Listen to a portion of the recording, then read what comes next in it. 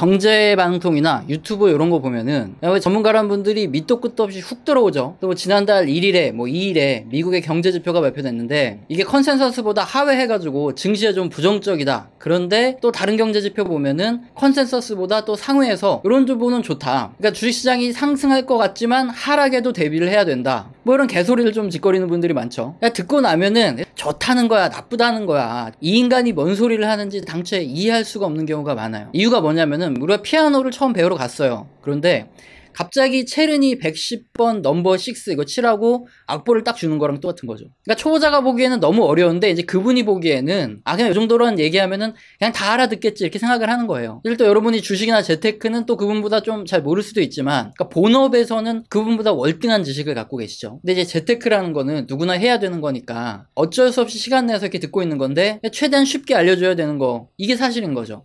그래서 우리 채널에서는 굉장히 쉽게 알려주죠. 그래서 잘 따라오시면 됩니다. 우리 채널은 여러분도 다 아시겠지만 고품격 재테크 경제 채널입니다. 그래서 경제의 큰 흐름, 이 빅픽처를 먼저 보고 지금 주식을 사야 되냐 팔아야 되냐 이런 거 먼저 확실하게 이렇게 이해를 시킨 다음에 세부적인 내용으로 파고 들어가죠. 오늘 첫 번째로 본 이 빅픽처는 뭐냐? 미국 제조업체들의 설비 투자 상황입니다. 왜 우리가 또 하필이면 우리나라도 아니고 이 미국의 제조업 설비 투자 상황을 이것까지 봐야 되냐? 결론부터 말씀드리면 우리나라 코스피 있죠. 우리나라 주식시장이랑 엄청나게 연관성이 높기 때문입니다. 일단 또 그림으로 설명을 해야지 이해가 쉽죠. 그래서 그림부터 보겠습니다. 굉장히 신경을 많이 쓴 보라색이죠. 굉장히 예쁜 이 선이 뭐냐면 미국의 자본재 신규 주문 지표입니다. 이번 9월 2일에 발표된 그러니까 어제 발표된 아주 따끈따끈한 자료예요. 그래서 자본재 신규 주문이 뭐냐? 미국의 제조업체들 있죠. 얘네들이 기계 장비 또는 뭐 설비 같은 거를 얼마나 많이 새로 늘렸냐 이걸 그냥 한 번에 딱 볼 수 있는 지표다 이거죠. 일단 여기까지 조금은 애매하니까 예를 들면 아주 쏙 들어옵니다. 일단 우리나라 삼성전자에서 반도체 만든다. 요거는 뭐 다 아시죠?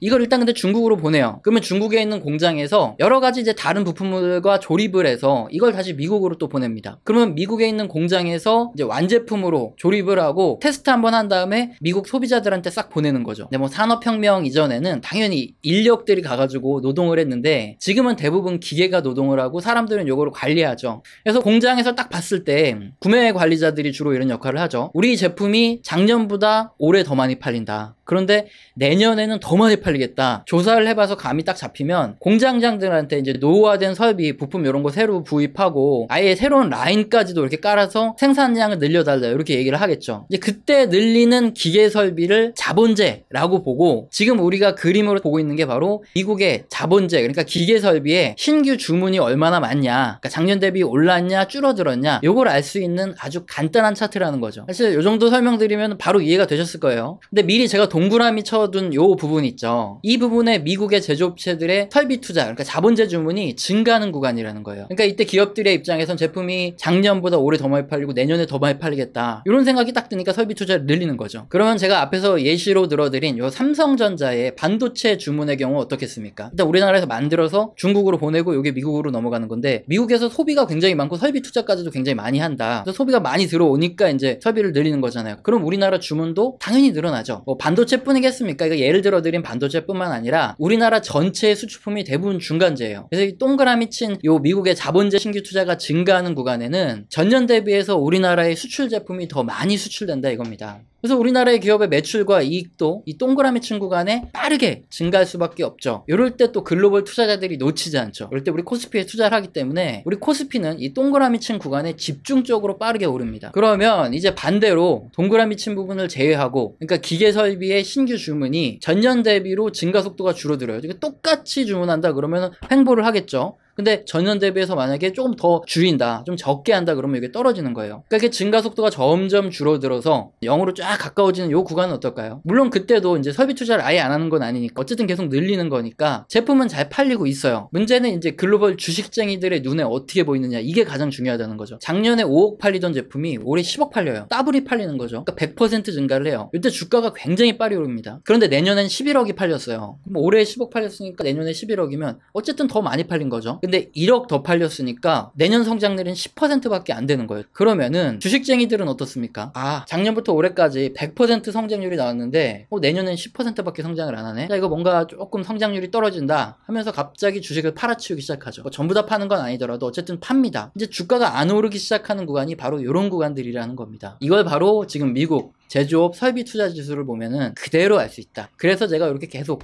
빅픽처로 보여드리는 거예요. 요거까지 딱 봤는데 뭐 내가 조금 졸았거나 아니면 이제 좀 잘 이해가 안 된다, 그러면 요거만 딱 기억하세요. 지금부터 설명드릴게요. 그림에 미국의 자본재 신규주문 차트 있죠. 요게 제가 앞으로도 계속 매달 따끈따끈하게 자료가 나올 때마다 모니터링 해드리고 설명을 해드릴 텐데, 그림에 동그라미 친 구간에서 우리나라 코스피 있죠. 우리나라 주식시장에 투자하면 여러분들이 웬만한 거 아무거나 사도 올라갈 확률이 굉장히 높아요. 이때가 상승장이라는 거거든요. 반대로 자본재 신규 주문이 전년 대비 수준으로 계속 떨어져가지고 만약에 제로 수준까지 이렇게 쭉 내려간다 그러면은 그때는 횡보할 때부터 해가지고, 횡보할 때는 그래도 나쁘진 않은데, 그래서 이게 좀 급하게 떨어진다 그러면 일단 코스피에 투자를 하고 계시면 투자 비중을 좀 줄이고 현금은 늘려야 될 이런 타이밍이라는 거. 그래서 돈 많으신, 굉장히 많으신 고수분들은 우리나라 주식을 투자할 때 이렇게 그림에 동그라미 친 부분 있죠. 설비 투자가 올라가는 구간만 딱 투자하고 빠져나갑니다. 근데 이 영상을 시청하시는 대부분 분들은 돈이 뭐 엄청 많고 그런 게 아니죠. 그러다 보니까 10년에 두세 번밖에 없는 기회만 뭐 이제나 저제나 노리면서 기다릴 수가 없어요. 우리는 또 빨리 돈 벌어서 끝나게 갈구는, 직장상한테 그냥 욕을 한 바가지 하고 사표로 이제 싸대기를 딱 때린 다음에 나와서 집에서 놀고 싶다. 요게 우리의 목표죠. 그러니까 이제 상승률도 낮고 올라가는 종목도 조금씩 줄어드는, 그러니까 승률이 낮은 그런 완전 대세 상승장은 아니더라도 아직은 종목을 잘 고르면 코스피에서 충분히 수익을 낼 수 있는 시기거든요. 요거 뒤에서 좀 더 자세히 설명드릴 건데, 요 시기라도 우리는 어쨌든 투자를 할 수밖에 없는 이런 운명이라는 거죠. 굉장히 슬픈 상황이죠. 이제 공부도 굉장히 많이 해야 되고요. 무엇보다 이제 진득하게, 주가 상승률이 그렇게 빠르지 않습니다. 기다릴 수 있는 멘탈이 요게 필요한 시점이니까, 만약 그게 안 되면은 작년에 벌은 돈 다 날리고 떨어져 나갈 수밖에 없어요. 지금부터 이제 우리 피셔 인베스트 우리 채널 열심히 보셔야 된다 이거죠. 이제 공부도 좀 빡세게 이제 진행을 시켜드릴 거고, 무엇보다 멘탈, 이런 것들, 마음 근력을 좀 잡아드리는 이런 얘기를 많이 해드릴 수밖에 없다. 이걸 좀 이해를 해주세요. 지금 시장이 그런 상황이니까. 이제는 빅픽처를 바로 이해를 하셨죠. 지금 어떤 시점이고 우리가 어떤 마음가짐으로 투자를 해야 된다, 요거에 설명을 드렸기 때문에 이제 세부적인 내용으로 갈 거예요. 근데 문제는 제가 빅픽처 설명을 하다 보니까 벌써 힘들어요. 그래서 세부적인 내용은 그냥 좀 대충 할까 이런 생각이 좀 들긴 합니다. 그래서 어쨌든 하고 가죠. 일단 우리 코스피죠. 우리나라 주식에 아주 중요한 게 바로 미국 제조업이라고 말씀드렸죠. 그 중에서도 뭐 원탑을 꼽자면 9월 1일날 발표된 요 미국 ISM 제조업 지수라는 게 있어요. 이게 지금 59.9. 일단 이게 어떤 의미인지 모르시더라도 굉장히 좋은 수치입니다. 잘 나왔어요. 그래서 앞서 설명드린 대로 우리나라 주식시장에서도 성장률은 좀 떨어졌지만 종목 잘 고르면 먹을 게 많은 시장이라고 말씀드린 이유가 지금 아직은 좋기 때문이에요. 만약에 이 지표마저 거의 50이 이제 기준이거든요. 이거 떨어지면 침체입니다. 만약에 50을 향해서 급락해서 떨어진다 그러면은 그럼 뭐 코스피도 별로 안 좋죠. 그때는 뭐 주식을 좀 매도하고 현금을 해야 되겠지만 아직은 괜찮다. 네, 요거 확실히 기억하시고요. ISM 제조업 지수는 우리가 직접 미국에 가서 미국의 제조업체들을 둘러보면서 확인을 하기 어렵죠. 일단은 기본적으로 비행기 값도 비싸고 그리고 영어도 안 돼요. 그리고 또 입에 잘 안 맞죠. 우리 또 김치 먹고 밥 먹어야 되는데 한인타운을 매번 갈 수 없으니까. 하여튼 미국 제조업체 전부 조사한다는 건 거의 불가능합니다. 근데 이런 거를 걔네들이 다 설문조사를 해가지고 친절하게 자세히 모든 것들을 알려주는 아주 이제 고마운 이런 지표다, 이렇게 보시면 돼요. 그래서 이런 걸 또 여러분이 또 영어로 된 거 해석해가면서 하실 필요도 없이 제가 또 이거 해석까지 다 해가지고 풀어드리는 거죠. 그러니까 여러분은 그냥 듣기만 하시면 됩니다. 일단 미국의 수입과 우리나라의 수출은 연관성이 아주 높아요. 미국이 수입을 많이 할 때 우리나라 수출이 늘어납니다. 그리고 또 우리나라 수출은 뭐랑 연관이 깊다? 코스피랑 거의 유사하게 움직입니다.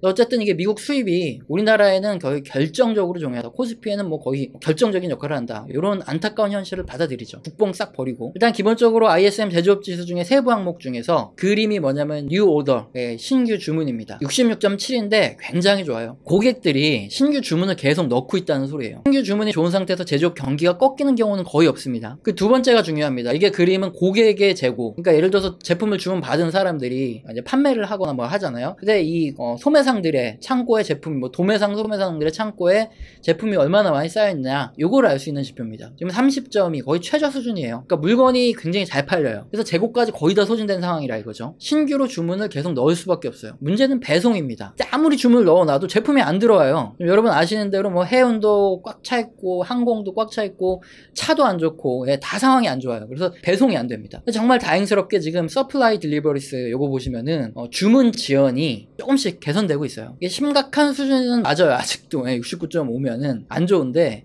조금씩 해소가 되고 있다. 이렇게 보시면 되는 거예요. 그래서 이번에 따끈따끈하게 발표된 9월에 발표된 지난 8월 한 달간의 미국 제조업체 이걸 대상으로 조사한 설문조사 내용을 봤더니 근데 지금 창고에 물건이 굉장히 바닥나 있는 상태이기 때문에 어쨌든 판매자 같은 경우에 일정량의 재고를 채워둬야 돼요. 재고를 쌓는 주문이건 뭐 고객들의 소비가 많건 신규로 주문은 계속 들어갈 수밖에 없는 상황입니다. 그래서 지금 미국의 제조업의 전반적인 상황은 굉장히 좋습니다. 운송 빼고는 다 좋다 이거죠. 그래서 여기에 영향을 받는 코스피 같은 경우에 뭐 물론 작년부터 올해 4월까지 이런 엄청난 상승세 요건 아니더라도 아직도 충분히 종목만 잘 찾으면 상승 속도는 좀 느려지겠지만 아직도 먹을 건 있다. 아직도 수익은 볼 수 있는 시장이다. 이렇게 보는 이유가 바로 가장 중요한 미국의 제조업 요 상황이기 때문에 그렇습니다. 그래서 이제 눈치가 빠른 이 주식쟁이들이죠. 이런 글로벌 기관 트레이더 입장에서는 작년보다 올해 성장률이 둔화되는 기간, 요 기간에는 투자자금 중 일부를 수익 실현을 하기 때문에 최근까지 계속 우리 코스피에서 자금이 빠져나가는 건 맞아요. 근데 이제 전부 이탈할 정도의 상황은 아니다. 요거를 얘네들도 요 지표를 보면 충분히 알 수 있겠고, 그래서 또 액티브한 또 이런 펀드 매니저들 같은 경우에는 종목 잘 골라서 수익 보겠죠. 그리고 이제 미국의 제조업의 실제 상황을 알 수 있는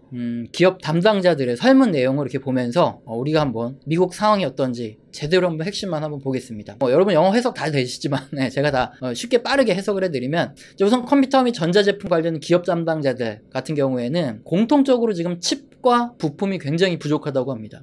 최근에 JP모건 등에서 해외 증권사들 여기에서 우리나라 삼성전자에 대한 매도 이유가 뭐였죠? 뭐 반도체 공급 과잉이다 이렇게 지목을 했는데 글쎄요, 미국 제조업 상황을 보면 지금 오히려 공급이 부족한 상황이에요. 그래서 과연 반도체 공급 과잉을 우려할 만한 상황이 맞나? 이건 우리가 한번 알아봐야 되는 거고요. 다른 의도가 있기 때문에 그런 레포트를 내지 않았나? 이게 충분히 생각도 한번 해볼 수 있죠. 어쨌든 뭐 팩트만 봤을 때 현재 미국의 전자, 가전기기, 뭐 컴퓨터 관련된 이런 부품에서 칩이 굉장히 부족하다. 이런 상황이 팩트고요.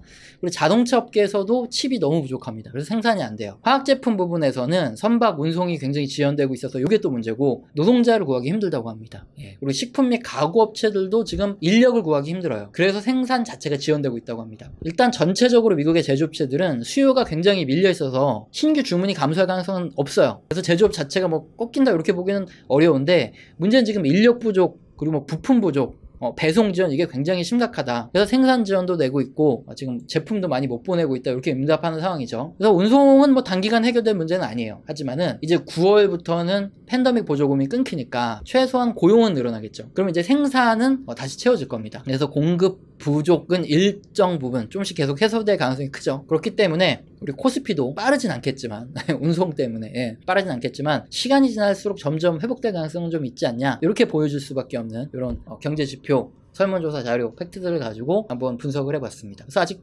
코스피에 떠날 때는 아니다. 종목 잘 고르자. 이런 게 지금 포인트가 되겠네요. 오늘 영상도 마음에 드셨다면 구독과 좋아요는 꼭 눌러주시고요. 지속적으로 시청 부탁드립니다. 감사합니다.